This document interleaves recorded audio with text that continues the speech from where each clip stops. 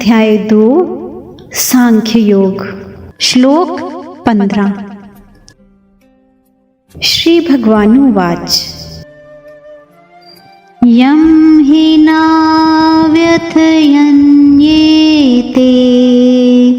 पुरुषं पुरुषर्षभ समदुःखसुखं धीरं सोऽमृतत्वाय कल्पते। पुरुषर्षभ मनुष्य प्रायः परिस्थितियों को बदलने का ही विचार करता है, जो कभी बदली नहीं जा सकती और जिनको बदलना संभव ही नहीं।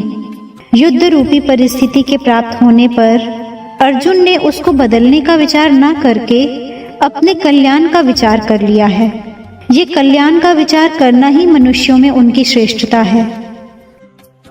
सम दुख सुखम धीरम, धीर मनुष्य सुख दुख में सम होता है। अंतःकरण की वृत्ति से ही सुख और दुख ये दोनों अलग अलग दिखते हैं। सुख दुख के भोगने में पुरुष यानी चेतन कारण है और वह कारण बनता है प्रकृति में स्थित होने से। ऐसा गीता के 13वें अध्याय के 20वें और 21वें श्लोक में आया है। जब वह अपने स्वरूप में स्थित हो जाता है तब सुख दुख को भोगने वाला कोई नहीं रहता। इसलिए अपने आप में स्थित होने से वह सुख दुख में स्वाभाविक ही सम हो जाता है। यम हि न व्यथयन्येते पुरुषम, धीर मनुष्य को ये मात्रा स्पर्श यानी प्रकृति के मात्र पदार्थ व्यथा नहीं पहुंचाते। प्राकृत पदार्थों के संयोग से जो सुख होता है वह भी व्यथा है और उन पदार्थों के वियोग से जो दुख होता है वह भी व्यथा है। लेकिन जिसकी दृष्टि समता की तरफ है उसको ये प्राकृत पदार्थ सुखी दुखी नहीं कर सकते। समता की तरफ दृष्टि रहने से अनुकूलता को लेकर उस सुख का ज्ञान तो होता है, पर उसका भोग न होने से अंतःकरण में उस सुख का स्थायी रूप से संस्कार नहीं पड़ता। ऐसे ही प्रतिकूलता आने पर उस दुख का ज्ञान तो होता है, पर उसका भोग न होने से अंतःकरण में उस दुख का स्थायी रूप से संस्कार नहीं पड़ता। इस प्रकार सुख दुख के संस्कार न पड़ने से वह व्यथित नहीं होता। तात्पर्य यह हुआ कि अंतःकरण में सुख दुख का ज्ञान होने से वह स्वयं सुखी दुखी नहीं होता। सोऽमृतत्वाय कल्पते, ऐसा धीर मनुष्य अमरता के योग्य हो जाता है, यानी उसमें अमरता प्राप्त करने की सामर्थ्य आ जाती है। सामर्थ्य योग्यता आने पर वह अमर हो ही जाता है। इसमें देरी का कोई काम नहीं, कारण कि उसकी अमरता तो स्वतः सिद्ध है। केवल पदार्थों के संयोग वियोग से जो अपने में विकार मानता था यही गलती थी। विशेष बात, ये मनुष्य योनि सुख दुख भोगने के लिए नहीं मिली है, बल्कि सुख दुख से ऊंचा उठकर महान आनंद परम शांति की प्राप्ति के लिए मिली है। जिस आनंद सुख शांति के प्राप्त होने के बाद और कुछ प्राप्त करना बाकी नहीं रहता। ऐसा गीता के 6 अध्याय के 22वें श्लोक में आया है। अगर अनुकूल वस्तु व्यक्ति परिस्थिति आदि के होने में या उनकी संभावना में हम सुखी होंगे, यानी हमारे अंदर अनुकूल वस्तु व्यक्ति आदि को प्राप्त करने की कामना लोलुपता रहेगी, तो हम अनुकूलता का सदुपयोग नहीं कर सकेंगे। अनुकूलता का सदुपयोग करने की सामर्थ्य शक्ति हमें प्राप्त नहीं हो सकेगी, कारण कि अनुकूलता का सदुपयोग करने की शक्ति अनुकूलता के भोग में खर्च हो जाएगी, जिससे अनुकूलता का सदुपयोग नहीं होगा किंतु भोग ही होगा। इसी तरह से प्रतिकूल वस्तु व्यक्ति परिस्थिति घटना क्रिया आदि के आने पर या उनकी आशंका से हम दुखी होंगे तो प्रतिकूलता का सदुपयोग नहीं होगा किंतु भोग ही होगा। दुख को सहने की सामर्थ्य हमारे में नहीं रहेगी। इसलिए हम प्रतिकूलता के भोग में ही फंसे रहेंगे और दुखी होते रहेंगे। अगर अनुकूल वस्तु, व्यक्ति, परिस्थिति, घटना आदि के प्राप्त होने पर सुख सामग्री का अपने सुख, आराम, सुविधा के लिए उपयोग करेंगे और उससे राजी होंगे तो ये अनुकूलता का भोग हुआ। लेकिन निर्वाह बुद्धि से उपयोग करते हुए उस सुख सामग्री को अभावग्रस्तों की सेवा में लगा दें तो ये अनुकूलता का सदुपयोग हुआ। इसलिए सुख सामग्री को दुखियों की ही समझें, उसमें दुखियों का ही हक है। मान लो कि एक लखपति है तो हमें लखपति होने का सुख होता है, अभिमान होता है, लेकिन ये सब तब होता है जब हमारे सामने कोई लखपति ना हो। अगर हमारे सामने हमारे देखने सुनने में जो आते हैं वे सबके सब करोड़पति हों तो क्या हमें लखपति होने का सुख मिलेगा? बिल्कुल नहीं मिलेगा। इसलिए हमें लखपति होने का सुख तो अभावग्रस्तों ने, दरिद्रों ने ही दिया है। अगर हम मिली हुई सुख सामग्री से अभावग्रस्तों की सेवा न करके स्वयं सुख भोगते हैं तो हम कृतज्ञ होते हैं। इसी से सब अनर्थ पैदा होते हैं। कारण कि हमारे पास जो सुख सामग्री है वह दुखी आदमियों की ही दी हुई है। इसलिए उस सुख सामग्री को दुखियों की सेवा में लगा देना हमारा कर्तव्य होता है।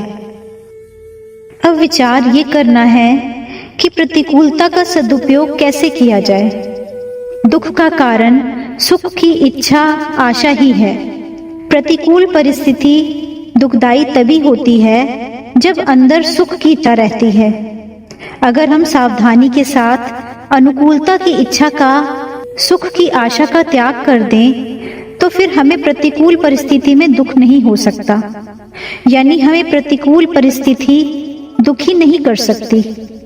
जैसे रोगी को कड़वी से कड़वी दवाई लेनी पड़े तो भी उसे दुख नहीं होता, बल्कि इस बात को लेकर प्रसन्नता होती है कि इस दवाई से मेरा रोग नष्ट हो रहा है।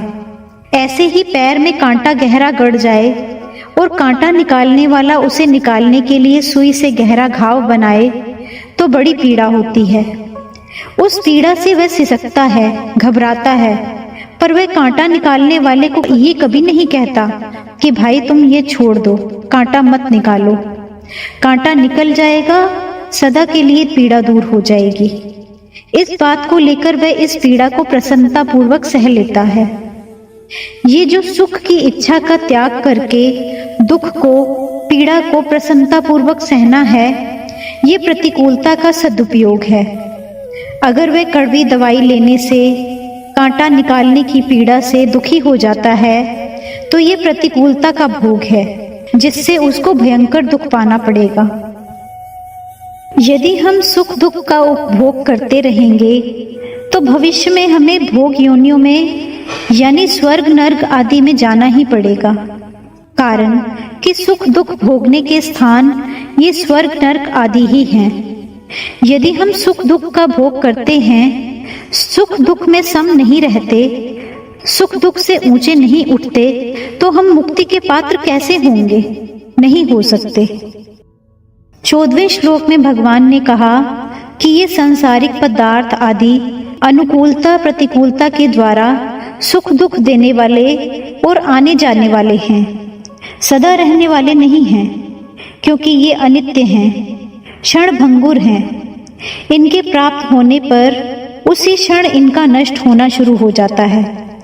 इनका संयोग होते ही इनसे वियोग होना शुरू हो जाता है। ये पहले नहीं थे, पीछे नहीं रहेंगे और वर्तमान में भी प्रतिक्षण अभाव में जा रहे हैं। इनको भोग कर हम केवल अपना स्वभाव बिगाड़ रहे हैं, सुख दुख के भोगी बनते जा रहे हैं। सुख दुख के भोगी बनकर हम भोग योनियों के ही पात्र बनते जा रहे हैं। फिर हमें मुक्ति कैसे मिलेगी? हमें भोग की ही रुचि है, तो फिर भगवान हमें मुक्ति कैसे देंगे? इस प्रकार यदि हम सुख दुख का उपभोग ना करके उनको सदुपयोग करेंगे तो हम सुख दुख से ऊंचे उठ जाएंगे और महान आनंद का अनुभव कर लेंगे। परिशिष्ट भाव। स्वरूप सत्ता रूप है, सत्ता में कोई व्यथा नहीं है। शरीर में अपनी स्थिति मानने से ही व्यथा होती है। इसलिए शरीर में अपनी स्थिति मानते हुए कोई भी मनुष्य व्यथा रहित नहीं हो सकता। व्यथा रहित होने का तात्पर्य है प्रिय को प्राप्त होकर हर्षित ना होना और अप्रिय को प्राप्त होकर उद्विग्न ना होना। ऐसा गीता के 5वें अध्याय के 20वें श्लोक में आया है। व्यथा रहित होने से मनुष्य की बुद्धि स्थिर हो जाती है। स्थिर बुद्धिर सम्मूढ़ः, ऐसा गीता के 5वें अध्याय के 20वें श्लोक में आया है। सुखदायी दुखदायी परिस्थिति से सुखी दुखी होना ही व्यथित होना है। सुखी दुखी होना सुख दुख का भोग है। भोगी व्यक्ति कभी सुखी नहीं रह सकता। साधक को सुख दुख का भोग नहीं करना चाहिए, बल्कि सुख दुख का सदुपयोग करना चाहिए। सुखदायी दुखदायी परिस्थिति का प्राप्त होना प्रारब्ध है और उस परिस्थिति को साधन सामग्री मानकर उसका सदुपयोग करना वास्तविक पुरुषार्थ है। इस पुरुषार्थ से अमरता की प्राप्ति हो जाती है। सुख का सदुपयोग है दूसरों को सुख पहुंचाना, उनकी सेवा करना, और दुख का सदुपयोग है सुख की इच्छा का त्याग करना। दुख का सदुपयोग करने पर साधक दुख के कारण की खोज करता है। दुख का कारण है सुख की इच्छा। ये ही संस्पर्शजा भोगा दुख योनय एवते, ऐसा गीता के 5वें अध्याय के 22वें श्लोक में आया है। जो सुख दुख का भोग करता है उस भोगी का पतन हो जाता है, और जो सुख दुख का सदुपयोग करता है वह योगी सुख दुख दोनों से ऊंचे उठकर अमरता का अनुभव कर लेता है। अब तक देह देही का जो विवेचन हुआ है उसी को भगवान दूसरे शब्दों से आगे के 3 श्लोकों में कहते हैं। अपने बच्चों को अच्छे संस्कार दें और उनको एक अच्छा इंसान बनने में हेल्प करें। एक अच्छा जीवन जीने में भगवत गीता हमारा मार्गदर्शन करती है। अगर आपको अच्छा लगे तो इस चैनल को सब्सक्राइब करें और बेल आइकॉन पे प्रेस करें। अपने बच्चों और जानने वालों के साथ इसे शेयर करें।